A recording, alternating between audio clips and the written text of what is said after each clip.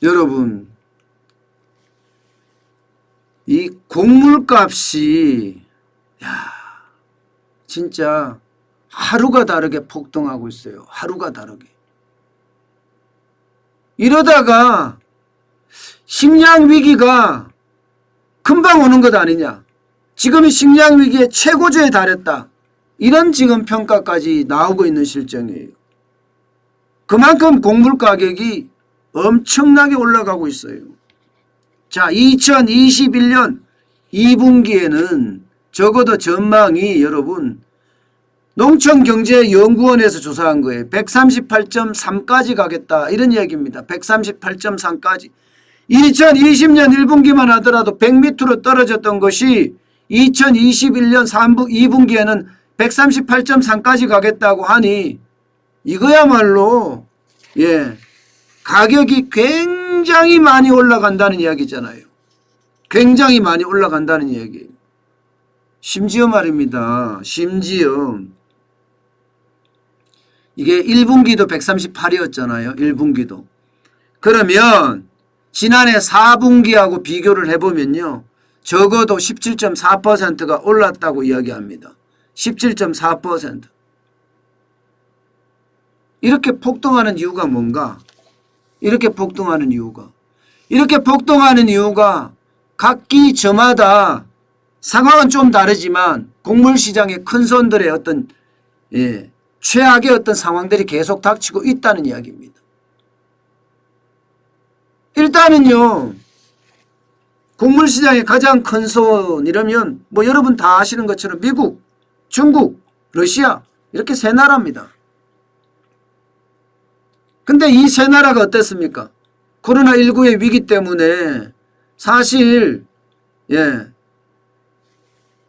곡물을 제대로 생산하고 싶어도 노동력이 없어서 생산을 못했어요. 노동력이 없어서. 여기에다가 라니냐 이상기후 현상이 전 세계를 뒤덮었습니다. 어떤 때는 가뭄으로, 어떤 때는 한파로, 어떤 때는 홍수로 곡물을 다 망가뜨렸습니다. 그런 상태에서 각 나라마다 곡물 가격에 충격을 주는 그런 상황들이 계속 잇따라 발생을 했어요. 미국만 하더라도 지금 기록적인 한파가 곡물값을 엄청나게 자극을 했다 이렇게 이야기하잖아요. 중국은요. 대두 그러니까 콩이죠. 콩의 경작지가 엄청나게 감소해버렸어요. 감소. 그런데도 불구하고 대두의 수요는 굉장히 커지고 여기에다가 러시아는요. 식량에다가 수출세까지 추가 부과하기로 했습니다. 수출세를. 그러면 수출세금을 내면서 러시아에서는 수입을 해야 되잖아요. 그러면 어떻게 되겠어요? 당연히 가격이 올라가겠죠. 가격이 지금 올라가고 있는 상태라는 겁니다. 가격이. 자, 여러분. 농촌경제연구원 여기서요. 국제 곡물 조기경보 시스템을 도입을 했거든요. 그래서 조기경보 지수를 발표를 하는데 이 국제 곡물 조기경보 시스템에서 발표하는 조기경보 지수는요. 0.96입니다. 0.96. 0.96이라는 수치는 여러분 1이 되면 이게 심각 단계예요. 쉽게 말하면 곡물 위기라는 얘기예요. 식량 위기가 될 수도 있다는 얘기. 그런데 0.96이면 굉장히 많은 수준까지 지금 올라온 거죠. 자칫 잘못하면 식량 위기가 대한민국 전반에도 펼칠 수 있다. 이런 얘기가 지금 가능하게 됩니다. 그만큼 이 곡물 지수는요. 지금 엄청나게 지금 올라가고 있어요. 작년 4분기하고요. 올해 1분기하고 차이가 17.4% 올라갔다는 자체가 이게 엄청 크잖아요. 외국의 곡물 선물 지수를 보고 지금 국내에서 다시 분석한 내용조차도 식량 위기로 점점 다가가고 있다는 이야기입니다. 그런데요, 더 큰 문제는 월별로 오르는 가격 보세요. 1월 대비 2월에 옥수수 11.1% 올랐습니다. 밀 10.8% 올랐습니다. 예, 사료용 옥수수는 10.6% 올랐고요. 사료용 대두도 7.7%, 체유용 콩은 5.8% 올랐어요. 다 올랐어요. 한 달 만에 이렇게 쭉쭉쭉쭉 곡물이 오른다는 자체가 농촌경제연구원에서는 그만큼 식량 위기가 최고조로 지금 가고 있다는 이야기를 하고 있는 겁니다. 이게 3월에 가면 더 오르고 4월에 가면 더 오른다는 이야기잖아요. 그러니 모두들 식량 위기가 걱정이다, 이런 이야기까지 할 판입니다. 그런데 대한민국은요, 지금 농산물 값이 또 엄청 올라갑니다. 농산물 값이.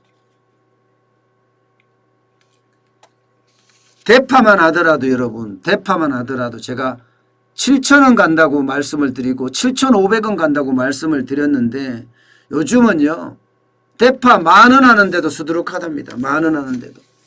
아예 식탁에서 대파가 사라졌다, 이렇게 이야기할 정도예요.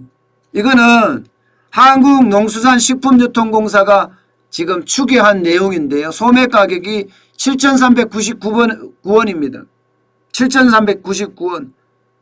작년 동기 대비하면요, 2,077원이었거든요. 256.7%는 올랐습니다. 256.7%. 그런데 이거 도매값 가면 더 올랐습니다. 도매값.